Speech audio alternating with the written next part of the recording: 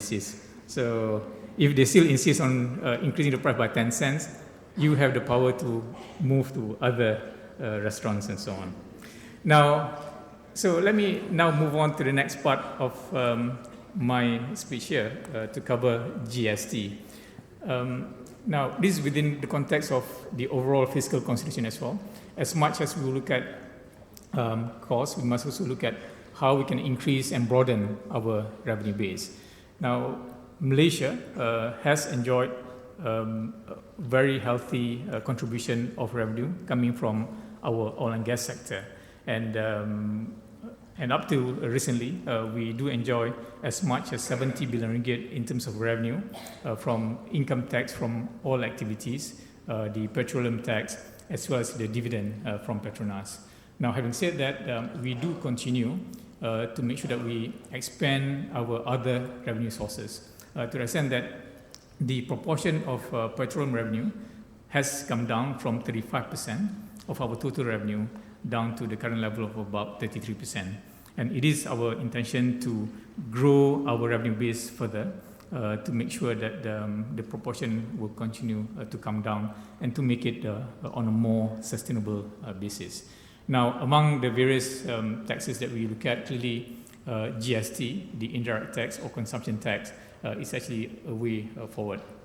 Now, GST, as you know, has been implemented in 160 countries and 7 other countries in ASEAN. So it is a proven tax system, a tax structure which is efficient, which is transparent. And we in Malaysia have been looking at this for many, many years. And we feel that the time has come for it to be implemented. So even during the times of the previous finance ministers of Tun Daim Zainuddin, during the time of Datuk Sri Anwar Ibrahim, and even in our case, we have even presented in our budget for 2006 that we wanted to implement GST, but we were not able to do so because of some objections, and it got politicized, notwithstanding the fact that the bill had already been presented in December 2009. So I think enough time, effort has been done to prepare the ground, to look at all the various advantages and disadvantages and the challenges of GST. And I believe that the time has come for us to actually implement it. And this is where the government has decided to implement it over a reasonable period of time. Now, specific to GST, let me perhaps make 5 points. There's been a lot of misconception, misinformation out there in the public. I think it's very important for us to be able to articulate what the issues are. Number 1, GST is not an additional tax. It is a tax to replace the existing sales tax and services tax. So I think, therefore, there will not be additional burden, so to speak, to the people, because it is a replacement, not an additional tax. Secondly, the rate that we have decided on is at 6%. So why 6%? Well, the service tax is currently being levied at 6%. The sales tax is either 5% or 10%.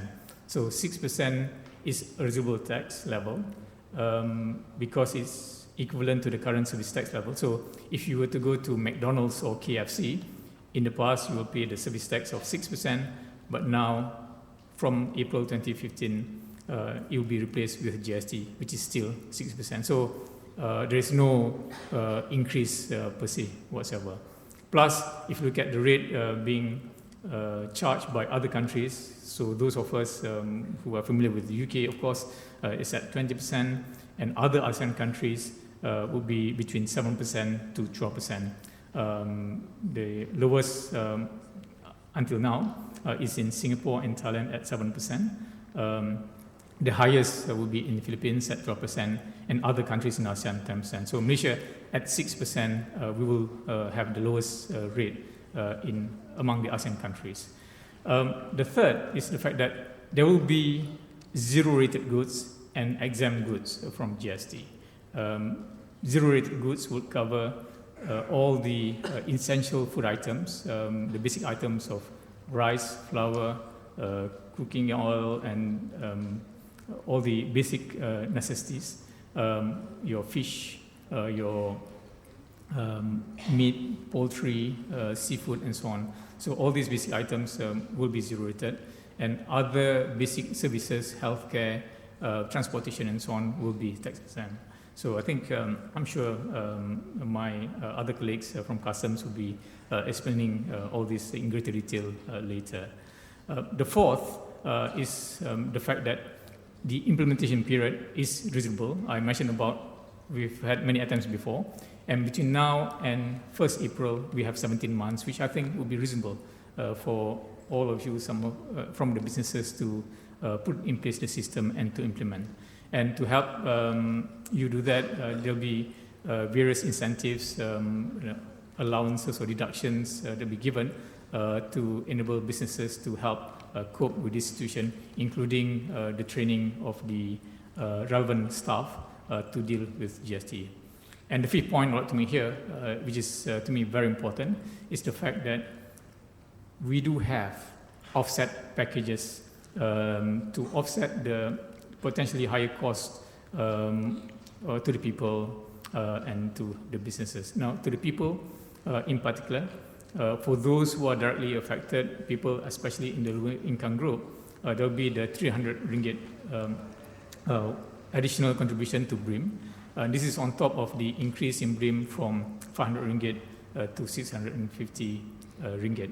And beyond that, there'll be additional areas to cover beyond those people who actually earn more than 3,000 ringgit. So between 3,000 ringgit to 4,000 ringgit, so there'll be additional BRIM given to this group of people at the rate of 450 ringgit per annum.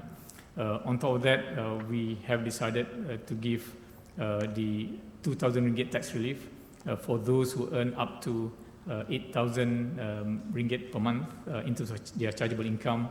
So at this level, the savings will be up to 480 ringgit for those people who earn 8,000 ringgit per month. Now, on top of that, there'll be a reduction in income tax between 1 to 3% for individuals and by 1% for businesses, for corporates. So in the case of the individuals, if you earn 100,000 ringgit per annum, the tax savings will be 1,950 ringgit. So my point is that please look at the GST in totality. It's being presented as a package, not just the higher cost of about 1.8% increase, but all this will be compensated by measures to help the people and businesses to deal with the slightly higher costs by virtue of the lowering of the income tax rates, both at the individual and at the corporate level. So with that, ladies and gentlemen, we do hope that the budget overall has been beneficial. Last night on Soal Jawab program on TV3, I was asked by Dato' Ahmad Talib in terms of how would I describe budget 2014. Then he was saying that budget 2013 was dubbed as it's a people's budget and a budget election, in his words. It was an election budget.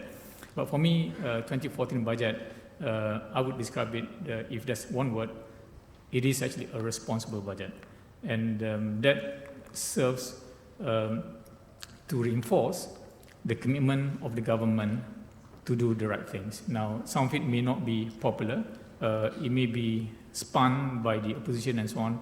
But I think we have resolved that for the benefit of the country, for the benefit of the people, we will have to do things that we believe would be right for the people. And that's something which we will continue to do.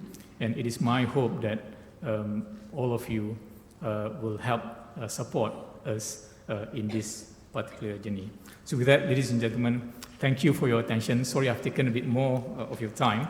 And I wish I could spend a bit more time with you to engage in a Q&A, but unfortunately I have to be in Parliament by 10 a.m. I have to answer one question from Ahli Parlimen Gombak. And my question is actually number 4 afterwards. So with that, again, thank you very much for your attention, and I wish you a very successful event, and I wish you a very successful and productive session. Thank you.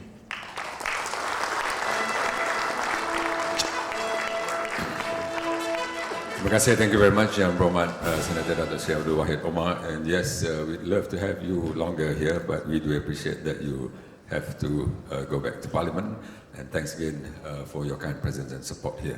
And also thank you for that very encouraging remarks and explanation, though briefly, just now. Ladies and gentlemen, as a gesture of appreciation and to mark this very auspicious occasion, may I invite Encik Muhammad Afrizan to present a memento to Yang Berhormat Dato' Sri Abdul Wahid Omar. Silakan.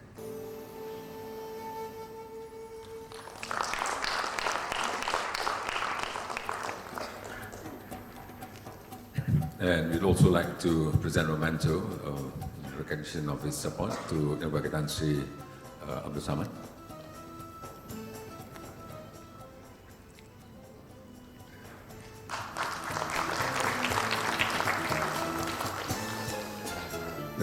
Ladies and gentlemen, please bear with us since this is our inaugural seminar. We'd like to invite the other partners of AFTAS on stage for a group photograph with the Honourable Minister, please.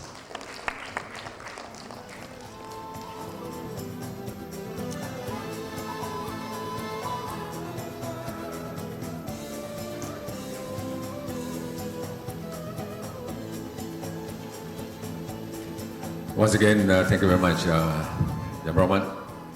And ladies and gentlemen, that marks the end of the opening ceremony of this seminar, and the Honourable Minister will have to take leave now. And thank you once again, and we do hope that we'll see you again soon. Thank you.